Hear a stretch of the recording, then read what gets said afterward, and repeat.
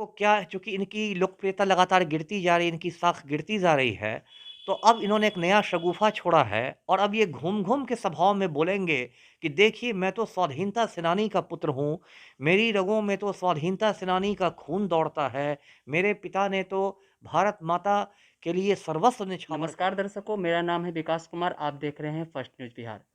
बिहार की सरकार किसी न किसी विवाद में घिरी रहती है, चाहे वो सृजन घोटाला हो और चाहे वो आज का जो घोटाला चल रहा है वो स्वतंत्रता सेनानी घोटाला है। और स्वतंत्रता सेनानी घोटाला क्या है, ये जानने के लिए हम पहुँचे हैं बिहार के पूर्व आईपीएस जो सर हैं हम अमिताभ कुमार दास, उन्हीं से जानते हैं कि बिहार में ये जो बिहार सरकार द्वारा घोटाला किया गया स्वतंत्रता सेनानी घोटाला, आखिर ये घोटाला है क्या? तो सर ये घोटाला है क्या स्वतंत्रता सेनानी घोटाला? ऐसा है कि 2-3 रोज़ पहले बिहार कैबिनेट ने ये फैसला किया है कि आगामी 17 जनवरी को नीतीश कुमार के पिताजी थे कविराज रामलखन सिंह, उनकी बख्तियारपुर में जो प्रतिमा है, उस पर वहाँ एक राजकीय समारोह किया जाएगा और बिहार कैबिनेट ने बाकायदा रामलखन सिंह को स्वाधीनता सेनानी का दर्जा दिया है। मेरा कहना है कि ये स्वाधीनता सेनानी घोटाला है, क्योंकि मैं खुद इतिहास का स्टूडेंट रहा हूँ।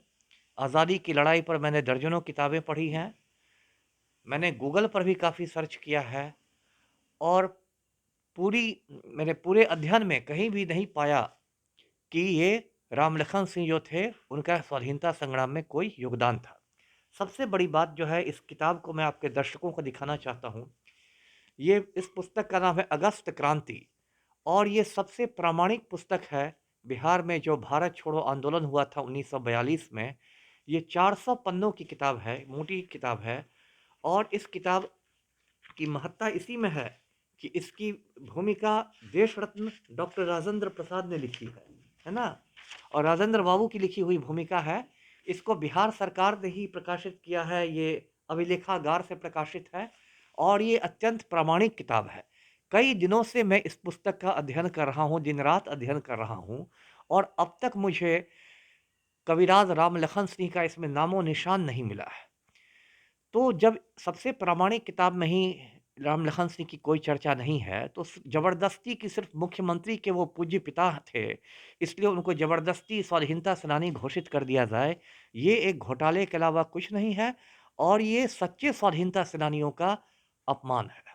जी सर, सत्य सच्चे जो स्वतंत्रता सेनानी हुए हैं, भारत छोड़ो आंदोलन हुआ, चाहे आज़ादी की लंबी लड़ाई लड़ी गई जी, है, जी। उसमें जो हमारे बिहार के मुख्यमंत्री उनके पिताजी का योगदान नहीं है। तो आखिर क्या कारण है कि मुख्यमंत्री ने अचानक ये फैसला लिया कि इन्हें भी इनकी एक प्रतिमा बनाई जाए जी, बख्तियारपुर में और जी। इन्हें सम्मानित किया जाए राजकीय सम्मान के साथ? जी, जी।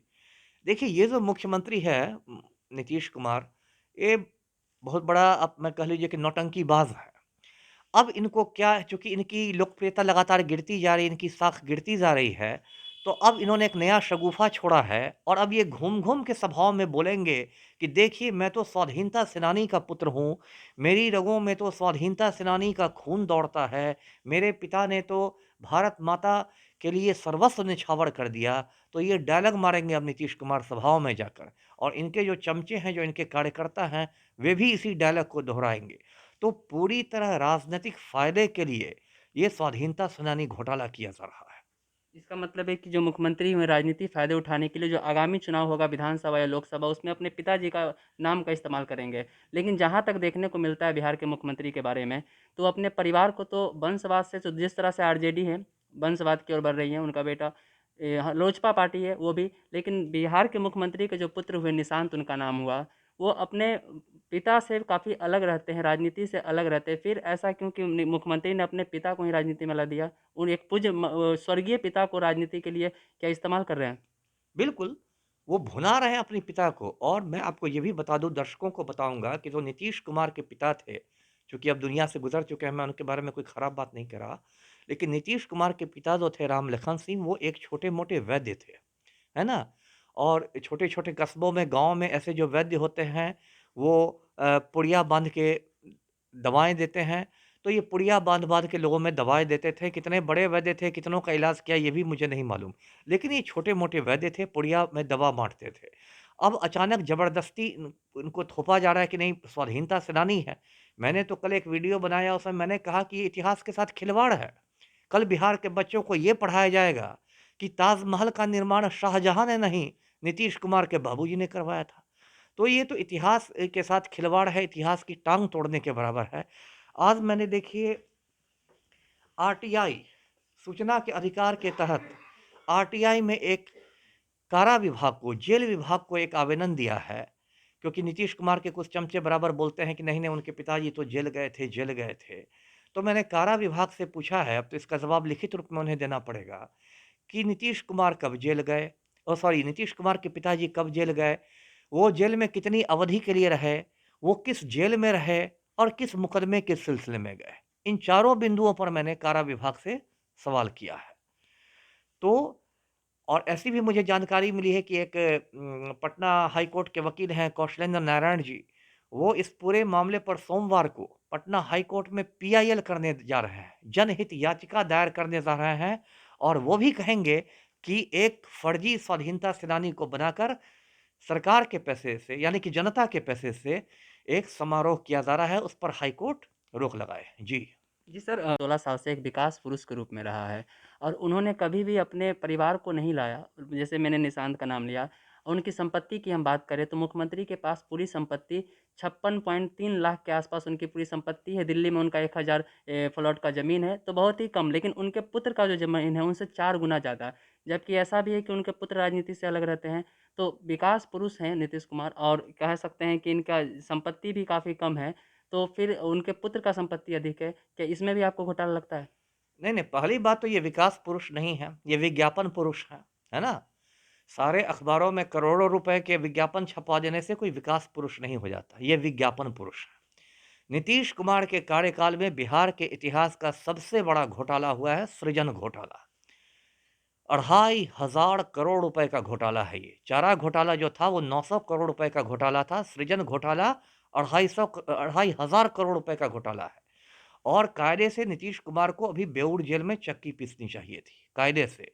लेकिन चूंकि सीबीआई जो है वो राजनीतिक दबाव में काम करती है, वो पिंजड़े का तोता है जैसा कि सुप्रीम कोर्ट ने भी कहा है, तो सीबीआई राजनीतिक दबाव में नीतीश कुमार की गिरफ्तारी नहीं कर रही है। तो ये विकास पुरुष की बात तो भूल जाइए। और जहाँ तक संपत्ति की बात है, तो अब तो जो जितने भी बड़े-बड़े भ्रष्ट लोग रहते हैं, सब बेनामी संपत्ति रखते हैं। बड़े से बड़े भ्रष्ट नेता जिनकी अरबों की संपत्ति है, स्विस बैंक में खाते हैं, जब कागज़ पर उनकी संपत्ति देखिएगा तो उनको तो एक स्कूटर पर वो चल रहे हैं। क्योंकि असली जो उनकी संपत्ति है वो तो बेनामी संपत्ति है। तो ये सब अपनी संपत्ति डिक्लेयर करने की बात, ये सब नौटंकी होती है। जो असली संपत्ति रहती है भ्रष्टों की, वो बेनामी संपत्ति रहती है। इसलिए इस पर नहीं आइए कि उसकी संपत्ति तो इतनी कम है, उसकी संपत्ति तो बहुत कम है। जी। आपसे सर एक लास्ट सवाल है, क्या माँग कर रहे हैं जो उनके पिताजी को ये सम्मान देना चाहे तो आप ये इसके लिए कोर्ट का भी रास्ता अपनाएँगे या आपके आपके तरीके से क्या होगा आपके आगे का कदम? देखिए, कोर्ट का रास्ता तो ऑलरेडी अपनाया जा रहा है। मैंने अभी कहा कि सोमवार को पीआईएल हो रहा है, जनहित याचिका पटना हाई कोर्ट में दायर की जा रही है। मैं तो ये माँग करता हूँ कि 17 जनवरी को जो प्रस्तावित कार्यक्रम है, वो तुरंत रद्द किया जाए, है ना?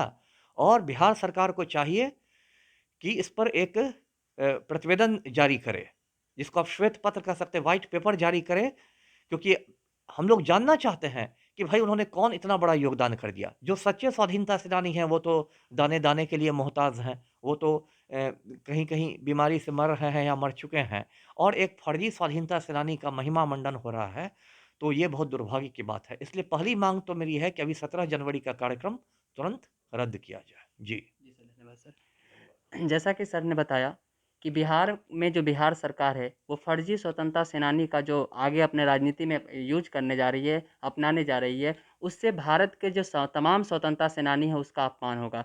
जैसा कि सन ने 1942 की जो भारत छोड़ो आंदोलन हुई थी, जिसे अगस्त क्रांति के नाम से जाना जाता है, उसको भी हमें दिखाया और बताया कि ये 400 पन्ने वाले बुक में कहीं भी नीतीश जी के जो नीतीश कुमार मुख्यमंत्री हुए, उनके पिताजी का नाम नहीं है। तो मुख्यमंत्री को ये जवाब देना का दायित्व है, मुख्यमंत्री को ये जवाब देना पड़ेगा। उनको एक पत्र जारी करके ये बताना पड़ेगा कि उनके पिताजी किस आंदोलन में भाग लिए, किस जेल में रहे, कहाँ रहे, ये सारी की जवाबदेह अब मुख्यमंत्री के पाले में गई है।